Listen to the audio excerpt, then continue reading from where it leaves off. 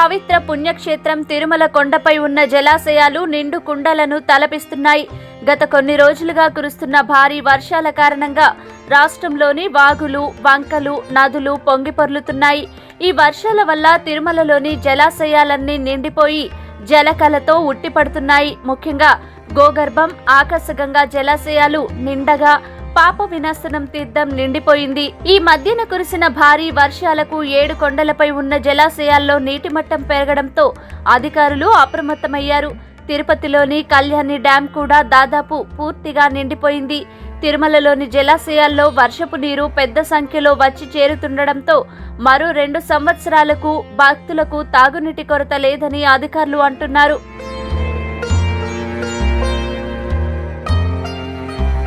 తిరుమలలోని జలాశయాల మొత్తం నీటి నిల్వ సామర్థ్యం 5,047 మిలియన్ లీటర్లు కాగా ప్రస్తుతం 47,044 మిలియన్ లీటర్ల నీరు నిల్వ ఉందని అధికారులు అంటున్నారు. మామూలుగా ప్రతిరోజు భక్తుల అవసరాలకు రోజుకు 14 మిలియన్ లీటర్ల నీరు అవసరమవుతోంది.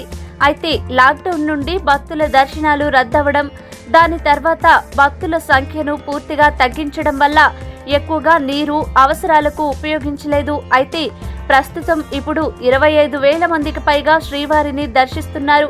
ఈ సంఖ్య మరింతగా పెరిగే అవకాశం త్వరలో ఉంది. భక్తుల సంఖ్య పెరిగితే మళ్లీ గతంలో లాగా తాగు, నిత్యావసరాల కోసం ఎక్కువగా నీరు అవసరమవుతుంది. అయితే గత కొన్ని నెలలుగా అప్పుడప్పుడు కురుస్తున్న వర్షాలకు తిరుమల జలాశయాలు నిండు కుండను తలపిస్తున్నాయి. మరో 2 సంవత్సరాల వరకు తాగునీటికి, గదులు, కాటేజీలలో నిత్యావసరాలకు డోకా లేదని అధికారులు అంటున్నారు.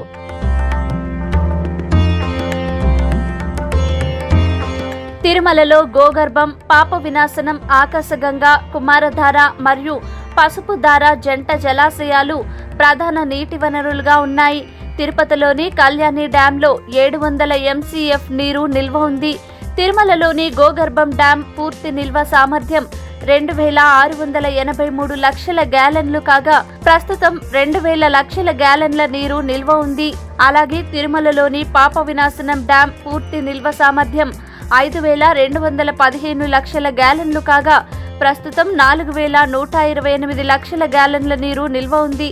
ఆకాశగంగా డ్యాం పూర్తి నిల్వ సామర్థ్యం 670 లక్షల గ్యాలన్లు కాగా ప్రస్తుతం 490 లక్షల గ్యాలన్ల నీరు నిల్వ ఉంది.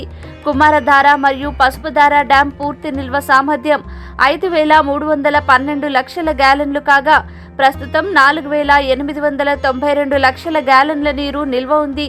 ఇంత పెద్ద మొత్తంలో నీరు నిల్వ తిరుమల జలాశయాలలో ఉండడంతో టీటీడీ అధికారులు ఆనందం వ్యక్తం చేస్తున్నారు.